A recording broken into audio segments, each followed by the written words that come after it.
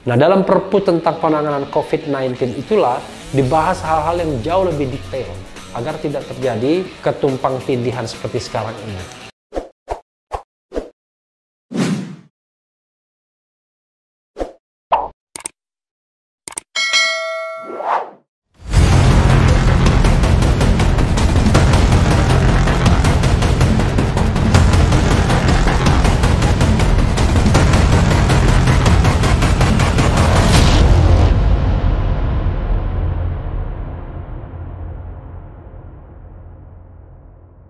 Assalamualaikum warahmatullahi wabarakatuh, Sobat RH sekalian.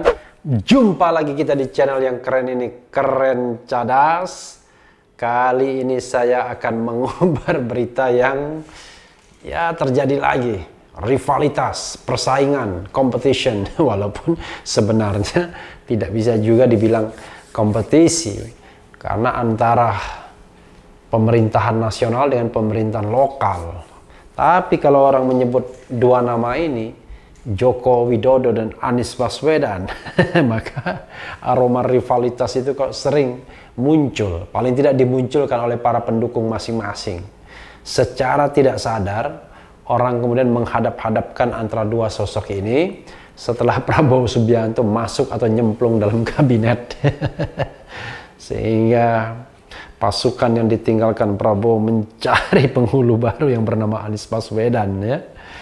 Nah, ini ada berita yang menarik, ngeri-ngeri sedap ya, dari Kompas TV. Anies Baswedan putuskan Jakarta PSBB ketat. Jokowi tegaskan lagi tak setuju pembatasan di provinsi. Nggak kompak. Tapi memang apakah harus kompak ya? Nah, yang perlu kita ketahui ya, decision makernya ya di pemerintah nasional. Kita baca ya. Jakarta, Kompas TV. Gubernur DKI Jakarta Anies Baswedan memutuskan kembali memperpanjang pembatasan sosial berskala besar PSBB secara ketat di Jakarta hingga 11 Oktober 2020. Menanggapi hal tersebut, Presiden Joko Widodo atau Jokowi kembali menegaskan ketidaksetujuannya ihwal penerapan PSBB ketat diterapkan di tingkat kota kabupaten, apalagi provinsi. Menurut Jokowi, pembatasan aktivitas di tingkat provinsi akan merugikan banyak orang. Mantan Wali Kota Solo ini berpendapat, pembatasan aktivitas cukup dilakukan di lingkup kecil. Nggak ngerti maksudnya. Kalau di lingkup kecil dibatasi, lingkup besarnya ya terbatas juga. Apakah misalnya RT RW dibatasin tapi kemudian nasional tidak ya, nanti kita baca. Hal itu disampaikan Jokowi dalam rapat dengan Komite Penanganan COVID-19 dan Pemulihan Ekonomi Nasional lewat konferensi video Senin 28 September 2020. Mini lockdown yang berulang itu akan lebih efektif. Jangan sampai kita generalisir satu kota atau satu kabupaten, apalagi satu provinsi. Ini akan merugikan banyak orang, kata Jokowi dikutip dari kompas.com pada Senin 28 September 2020. Terkait ketidaksetujuannya dengan PSBB ketat diterapkan untuk kabupaten, kota, atau provinsi, Jokowi meminta jajarannya menyampaikan pesan tersebut kepada gubernur, bupati, dan wali kota. Intervensi berbasis lokal ini agar disampaikan ke provinsi, kabupaten, kota, kata Jokowi. Artinya pembatasan berskala mikro di tingkat desa, kampung, RW, RT, atau di kantor, pondok, pesantren, saya kira itu lebih efektif. Jokowi yakin cara ini bisa menekan penularan COVID-19 yang sampai minggu kemarin sudah mencapai 275.213 kasus positif. Di sisi lain, Jokowi juga menegaskan pemerintah terus berupaya meningkatkan angka kesembuhan dan menekan angka kematian. Lebih lanjut soal PSBB di tingkat provinsi itu, Jokowi tidak menjelaskan secara spesifik provinsi mana yang ia maksud. Namun demikian, saat ini satu-satunya provinsi di Indonesia yang menerapkan PSBB ketat adalah DKI Jakarta. PSBB ketat di DKI Jakarta diterapkan mulai 14 September lalu.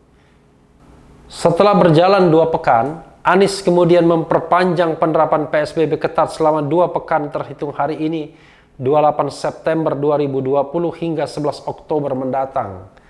Ketika video ini ditayangkan sudah tanggal 30 Oktober ya.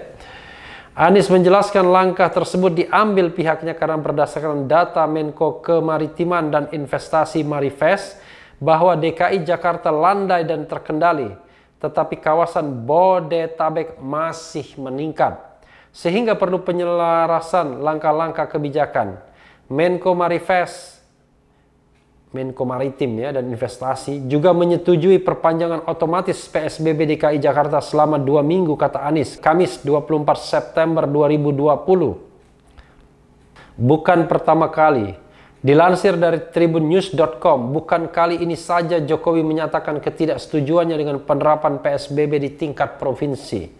Saat Anies mengumumkan PSBB ketat pada pertengahan September lalu, Jokowi menekankan pentingnya pembatasan di lingkup paling kecil. Saat itu Jokowi meminta kepala daerah untuk menghitung dengan cermat dalam mengambil keputusan terkait adanya penambahan kasus COVID-19. Perlu saya ingatkan lagi, keputusan-keputusan dalam respons penambahan kasus di provinsi, kabupaten, kota, saya minta semuanya selalu melihat data sebaran. Kemudian saya sampaikan terapkan strategi intervensi berbasis lokal. Strategi pembatasan berskala lokal, kata Jokowi. Strategi intervensi untuk pembatasan berskala lokal ini penting sekali untuk dilakukan, baik itu manajemen intervensi yang dalam skala lokal maupun komunitas. Sehingga sekali lagi jangan buru-buru menutup sebuah wilayah. Presiden juga menginstruksikan kepala daerah selalu melihat data sebaran COVID-19 sebelum mengambil keputusan. Sebab suatu daerah tidak sepenuhnya masuk dalam zona merah. Oleh sebab itu, penanganan COVID-19 di daerah tidak boleh digeneralisir. Strategi pembatasan berskala lokal baik itu di tingkat RT, RW, desa atau kampung sehingga penanganannya lebih detail dan bisa lebih fokus.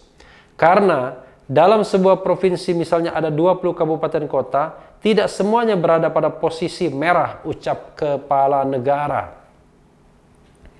Sehingga penanganannya tentu saja jangan digeneralisir. Di sebuah kota atau kabupaten pun sama, tidak semua kelurahan, desa, kecamatan mengalami hal yang sama, merah semua. Ada hijau, kuning, itu perlu treatment atau perlakuan berbeda, kata Jokowi. Ya, itu sobat daerah sekalian ya. Apakah ini perbedaan pendapat ya? Atau perbedaan narasi saja?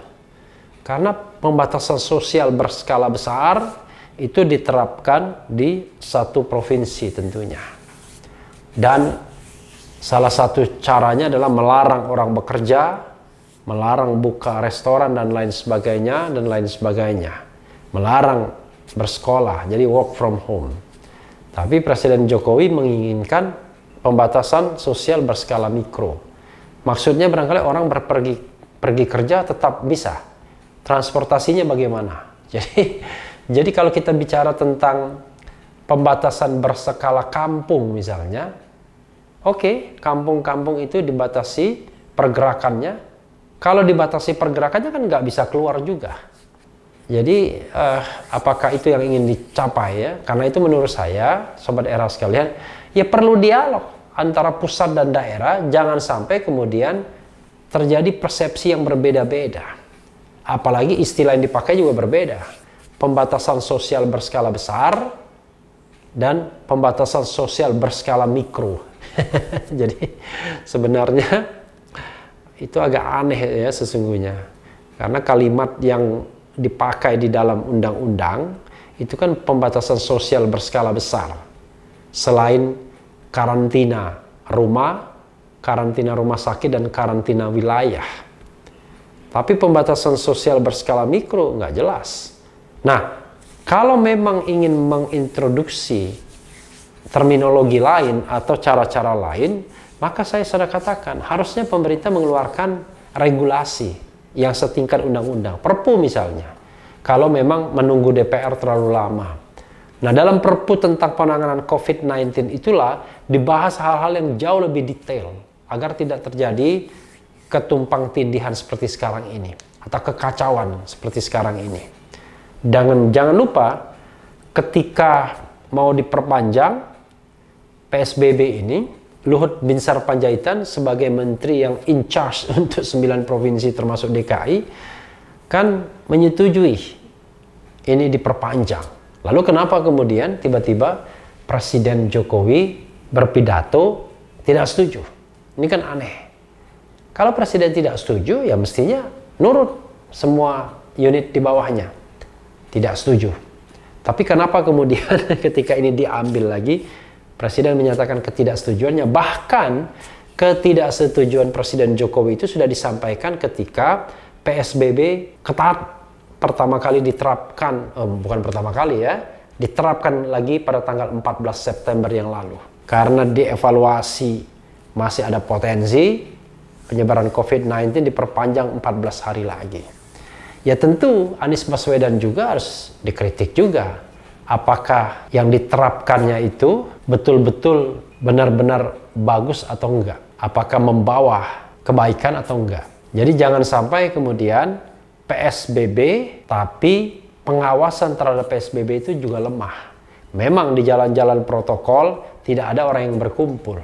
Tapi bagaimana dengan di kampung-kampung, di daerah-daerah slum misalnya, di daerah-daerah pasar-pasar tradisional dan lain sebagainya. Nah ini kan perlu evaluasi dan perlu kerjasama yang baik antara pemerintah pusat dan daerah. Menangani Jakarta ini tidak bisa diserahkan kepada gubernur seorang, karena ini adalah ibu kota yang harusnya kebijakannya itu saling mendukung. Karena kalau Jakarta bermasalah, maka Republik ini akan bermasalah. Karena ini adalah pusat pemerintahan, pusat ekonomi dan bisnis, pusat semuanya. Nah, terkesan walaupun teritorialnya dekat, ya kan, istana presiden dan istana gubernur itu bisa dengan jalan kaki sesungguhnya, tinggal melintas Monas gitu ya. Tetapi memang sepertinya sulit sekali berkomunikasi. Entah apa yang terjadi ya. Ini gara-gara pasukan cebong dan pasukan kampret selalu membelah ya kedua pemimpin ini agar terus-menerus berseberangan. Apapun yang diambil oleh Anies Baswedan akan dikritik oleh kelompok cebong. Sebaliknya, apapun kebijakan yang diambil oleh Presiden Jokowi akan dikritik kelompok kampret ya. Ini yang sebenarnya yang harus kita selesaikan, tapi sekali lagi, cara pandang hukum tata negara saya katakan tidak level persaingan antara gubernur dan presiden. Presiden dan gubernur itu tidak bersaing. Presiden itu adalah primus inter pares, harus nomor 1, karena itu harus lebih determinatif.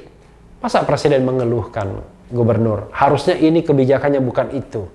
Ketika seorang gubernur mengambil kebijakan A, padahal itu adalah kewenangan pemerintah pusat, kan harusnya bisa dicegah. Kenapa harus mengeluh? Kenapa harus perintahkan gubernur, bupati, wali kota, dan menteri-menterinya harus meresapi pesan yang disampaikan seorang presiden? Tinggal perintahkan saja. Saya tidak setuju PSBB, saya setujunya PSBM, pembatasan sosial berskala mikro. Nah, cuman masalahnya kalau dia bilang PSBM, nggak ada literaturnya memang PSBM itu. Yang ada adalah pembatasan sosial berskala besar. Kalau pembatasan sosial berskala mikro nggak ada, adanya lockdown rumah. Kalau lockdown rumah berarti orang nggak boleh keluar rumah selama 14 hari. Nah, jadi memang kebijakan-kebijakan yang diambil dalam penanganan COVID-19 ini tidak firm, tidak jelas. Bahkan tidak jelas juga dasar hukumnya. Jadi sobat era sekalian, sekali lagi ini tantangan bagi pemerintahan Jokowi. Saya tidak ingin melihat gubernur, bupati, wali kotanya karena mereka adalah subsistem dari sistem nasional. Tapi penanganan COVID-19 dan pemulihan ekonomi nasional ini itu adalah gawean pemerintah pusat. Daerah harusnya ikut direction pemerintah pusat, bukan pemerintah pusat mengeluh kepada daerah. Seolah-olah perintah pusat tidak diikuti oleh daerah, bukan begitu. Dia yang menentukan directionnya, daerah harus ikut, resikonya tentu di primus inter paresnya, sukses atau tidaknya. Bahkan ada yang mengatakan ada menuntut mundur dan lain sebagainya, yang kita harus lihat rasionalitasnya juga. Tapi intinya adalah mudah-mudahan dalam penanganan COVID ini tidak ada lagi panggung persaingan. Karena nggak ada gunanya juga panggung persaingan. Presiden Jokowi tidak akan terpilih kembali pada tahun 2024. Kalau harus membangun citra kembali misalnya, ya Anies Baswedan pasti punya kepentingan ke arah sana. Tapi intinya kan kalau dia tidak diladeni oleh Presiden Jokowi, maka tidak akan terjadi apa-apa. Karena toh Presiden Jokowi tidak punya kepentingan 2024. Tapi masalahnya, Sobat Era sekalian, oligarki kekuasaan di sekitar istana punya kepentingan, ya kan? Aktor-aktor di istana yang masih menatap 2024 dengan kacamata peluang masih punya kepentingan juga. Jadi berat juga.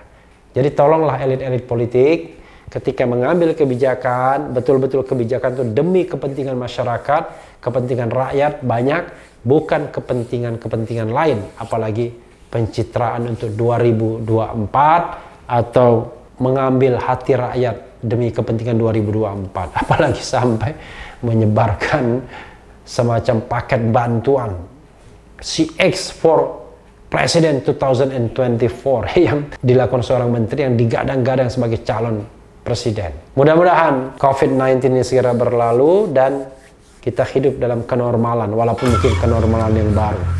Yang penting tetap di channel ini, karena di channel ini Anda akan dirayu, ditipu, dibaperin, dicecar, diuber pula di jalur khusus. Karena channel ini adalah channel yang mengancam, memeras, dan membenci. Jangan lupa subscribe, like, comment, and share. Ciao.